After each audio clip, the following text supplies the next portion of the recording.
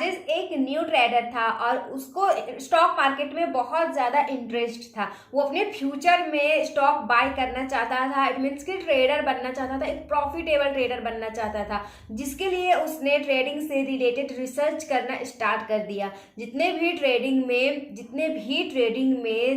Information हमें चाहिए, जितना नॉलेज चाहिए, उसने सारा नॉलेज लिया। उसके बाद जैसे ही राजेश ने ट्रेडिंग करने के लिए स्टॉक मार्केट में इंटर किया, अपनी कदम रखी ट्रेडिंग करने के लिए, तो फिर उसने जो फर्स्ट ट्रेड लिया वो उसको प्रॉफिट में निकाल लिया। वो फर्स्ट ट्रेड लिया, प्रॉफिट में निकला, सेकंड ट्रेड उसने लिया और फिर से वो प्रॉफिट में निकला। अब क्या हुआ दोस्तों, अब जो है वो उसका कॉन्फिडेंस, राजेश का जो कॉन्फिडेंस है वो बिल्ड होने लगा, बढ़ने लगा। वो फिर ट्रेड लिया और फिर प्रॉफिट में निकला। हाँ, बहुत ज़्यादा प्रॉफिट नहीं कर रहा था, लगभग कम ही कर रहा था, लेकिन प्रॉफिट में निकल रहा था। इसके कारण उसको बहुत ज़्यादा कॉन्फिडेंस होने लगा। इसको हम बोल सकते हैं कि ओवर कॉन्फिडेंस, उसको अपने आप के ऊपर ओवर कॉन्फिडेंस होने लगा कि मैं कर सकता हूँ, मैं बहुत पैसे कमा सकता हूँ। ऐसे हम भी सोचने लगते हैं ना, वैसे सेम राजेश भी ऐसे ही सोच रहा था कि मैं एक प्रॉफिटेबल ट्रेडर बन गया हूँ, मैं पैसे कमाने लगा हूँ बहुत ज़्यादा। तो इस तरह से कुछ दिन चलते रहे, बीतते रहे। उसके बाद एक दिन, बहुत दिनों के बाद एक दिन जब उसने ट्रेड लिया और वो लॉस में निकला। जब लॉस में निकला, वो सोचा चलो आज लॉस हो गई, अब नेक्स्ट ट्रेड लेता हूँ, लॉस नहीं होगा। और फिर से उसने जब ट्रेड लिया और फिर वो लॉस में निकला। जब ऐसे ही वो हर डे ट्रेड लेने लगा तो लॉस में निकलने लगा। अब यहाँ से उसका जो कॉन्फिडेंस बिल्ड हुआ था वो अब लो होने लगा, उसका कॉन्फिडेंस लो होने लगा। वो अब उसके अंदर डर आने लगी, अब वो ट्रेड लेने से भी डरने लगा। दोस्तों, वो राजेश जो है वो एक टाइम में अपने आप को प्रॉफिटेबल ट्रेडर समझने लगा था और फिर वो आज अपने आप को ट्रेड लेने से भी रोक रहा था। क्यों? उसके अंदर डर आ गई थी कि मैं ट्रेड लूंगा यहाँ पे और मेरा फिर से लॉस हो जाएगा, मेरा फिर से नुकसान हो जाएगा, मैं गलत ट्रेड ले लूंगा। या वो अगर एंट्री ले भी लिया रहता था तो वो डर से मार्केट से निकल जाता था और क्या होता था, वो डायरेक्शन में मार्केट जाती थी लेकिन वो फिर एंट्री नहीं ले पाता था। उसके अंदर बहुत ज़्यादा डर आ गई थी।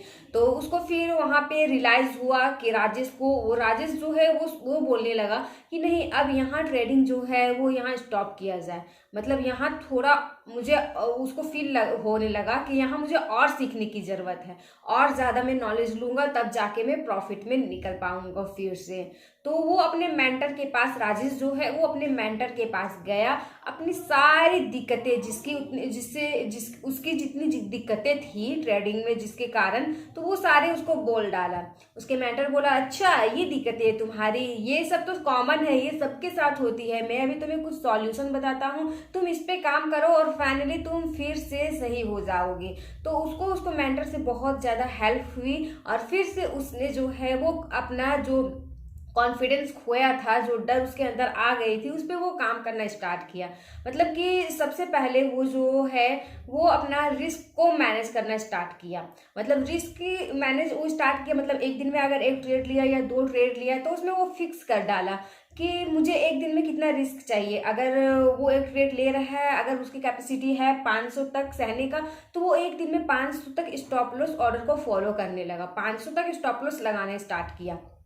500 तक अगर मार्केट जाएगी, मुझे निकल जाना है मार्केट से। इसमें क्या होगा ना दोस्तों कि इसमें राजेश का जो डर है वो भी खत्म हो जाएगा। तो राजेश सोचा इसमें मुझे फिर कोई डर ही नहीं रहेगा कि मार्केट ऊपर जाएगी नीचे आएगी, अगर नीचे आएगी तो 500 तक ही नुकसान होगा, उससे ज़्यादा नहीं नुकसान होगा। इस तरह से वो अपने डर को ख़त्म किया, अपना इमोशन पर कंट्रोल करना, अपने इमोशन को बिल्ड किया कंट्रोल करके, और उसके साथ साथ जो है वो स्टॉप लॉस ऑर्डर को फॉलो किया, रिस्क मैनेज करना स्टार्ट किया, और मार्केट में और बहुत सारे चीज़ें हैं जिसपे वो काम करना स्टार्ट किया। इस तरह से क्या हुआ कि राजेश जो है वो फिर से एक सक्सेसफुल ट्रेडर के में आने लगा, फिर से उसका कॉन्फिडेंस बिल्ड होने लगा और वो फाइनली जो है वो फिर से प्रॉफिट में निकलने लगा। वो फाइनली अपने गोल्स के पास पहुंच गया।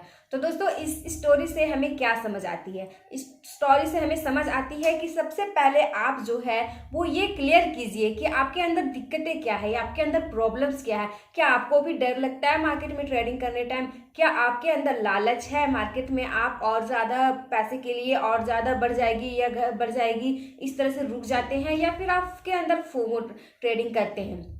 बहुत सारी दिक्कतें हो सकते हैं। तो पहले आप ये क्लियर कीजिए कि आपके अंदर कौन सी दिक्कत है, आप कहाँ पे मिस्टेक करते हैं। तो वो अगर प्रॉब्लम पता चल जाएगी तो फिर आप वो प्रॉब्लम पे काम करेंगे। जैसे राजेश ने को डर पे कंट्रोल नहीं था तो वो डर पे काम किया पहले, और डर पे कंट्रोल हो गया तो बाकी चीज़ें खुद ब खुद आसान होने लगेगी। तो पहले आप ये पता कीजिए कि आपके अंदर लालच है, क्या आप ओवर ट्रेडिंग करते हैं, क्या आपके अंदर डर है, कौन सी चीज़ें आपको परेशान कर रही है, या मार्केट के बारे में नॉलेज कम है। ये हो गई। उसके साथ साथ दोस्तों जो है वो डर पे हम किस तरह से कंट्रोल कर सकते हैं। फर्स्ट इसका प्रॉब्लम है कि हम डर पे कंट्रोल नहीं करते हैं। जैसे आपको भी लगता होगा कि मार्केट जो है वो सही डायरेक्शन, आपको पता होगा कि मार्केट यहाँ से ऊपर जाएगी, लेकिन आप एंट्री नहीं ले सकते होंगे। सोचते होंगे आप कि यहाँ अगर एंट्री लेंगे, पता नहीं यार यहाँ से मार्केट नीचे गिर जाएगी, या मार्केट यहाँ मार्केट आएगी ही नहीं, मेरे स्टॉप लॉस हिट कर देगी। इस कारण से आप एंट्री नहीं ले पाते होंगे। एंट्री ले भी लेते होंगे तो मार्केट से बहुत जल्दी निकल जाते होंगे कि नहीं मेरे स्टॉप लॉस हिट हो जाएगा, मेरा नुकसान हो जाएगा इस वजह से। तो इस चीज़ को आप ख़त्म कीजिए। इस चीज़ को आप कैसे ख़त्म कर सकते हैं? स्टॉप लॉस का यूज करके स्टॉप लॉस लगाना स्टार्ट कीजिए। जैसे आप स्टॉप लॉस लगाएंगे, अगर 200 तक ही लॉस चाहिए आपको तो 200 का स्टॉप लॉस लगा लेंगे। 200 तक अगर मार्केट गिरती भी है, अगर मार्केट आपके अपोजिट आती भी है तो आपका 200 ही नुकसान होगा। अगर 200 तक आपका रिस्क मैनेज करना है तो अगर सबसे इंपॉर्टेंट होता है रिस्क मैनेज करना। अगर आपका डर नहीं रहेगा कि ज़्यादा नुकसान नहीं होगा, 200 ही होगा तो 200 ही होगा, तो फिर आपका अंदर डर नहीं रहेगा और आप आराम से ट्रेड में एंट्री ले सकते हैं, वहाँ और देर तक रुक सकते हैं, या फिर मार्केट में आपको जो है वो कॉन्फिडेंस बढ़ेगी। तो ये चीज़ को आप फॉलो कीजिए। उसके साथ साथ आप जो है वो स्टॉप लॉस जो आप लगा रहे हैं उसको फॉलो कीजिए। ना कि मार्केट जो क्या होता है ना, न्यू ट्रेडर के साथ ऐसा होता है कि जब वो मार्केट जो है अगर हम स्टॉप लॉस लगा के भी रखे हैं तो वहां तक आ जाती है तो हम क्या करते हैं ना, न्यू ट्रेडर क्या करते हैं ना कि वहां हम निकलते नहीं है मार्केट से। हम सोचते हैं कि मार्केट फिर से वहाँ रिमूव जाएगी, फिर से मार्केट हमारे डायरेक्शन में चली जाएगी, और फिर जो हमारा लॉस अगर थोड़ा दिख भी रहा है तो वो हमारा मैनेज हो जाएगा, वो हम कवर कर लेंगे, ये सोच के हम और रुक जाते हैं। और होता अपोजिट है कि वहाँ से मार्केट फिर उल्टा डायरेक्शन में जाने लगती है। तो बस यही दिक्कतें हैं। तो इस दिक्कत को ख़त्म करने के लिए आपको जो है वो कुछ रूल्स बनानी होगी, और रूल्स में आपको जब मार्केट वहाँ स्टॉप लॉस के पास आती है तो तुरंत एग्जिट करना है, कुछ भी हो जाए। और अगर नहीं करते हैं तो खुद को पनिश कीजिए कि अगर रूल्स को फॉलो ना करें तो यहाँ पे मैं क्या कर सकता हूँ। आप खुद को इस तरह से पनिश कर सकते हैं कि अगर आज स्टॉप लॉस को फॉलो नहीं किया तो इसकी सज़ा ये है कि कल मैं ट्रेड ही नहीं करूँगा। तो फिर आपके अंदर ये डर रहेगी कि यार अगर आज स्टॉप लॉस को फॉलो नहीं किया तो कल अगर बेस्ट मूवमेंट दिखेगी तो मैं ट्रेड नहीं ले पाऊँगा। तो इस तरह से आप अपने आप को इम्प्रूव कर पाएंगे। और टोटल मिला के ये स्टोरी से मैं आपको ये समझाना चाहती थी कि आप जो है वो अपने प्रॉब्लम्स को पता कीजिए कि आपका प्रॉब्लम क्या है, तभी जाके आपका उसको सैल्यूशन मिल पाएगा। आपका प्रॉब्लम क्या है ये मुझे आप कमेंट में ज़रूर बताइएगा कि आप लोगों का क्या प्रॉब्लम्स है। तो गाइस अगर वीडियो अच्छी लगी हो तो सब्सक्राइब कीजिए एंड बेल आइकन को ज़रूर दबाइएगा। मिलते हैं हम ऐसे ही नेक्स्ट वीडियो।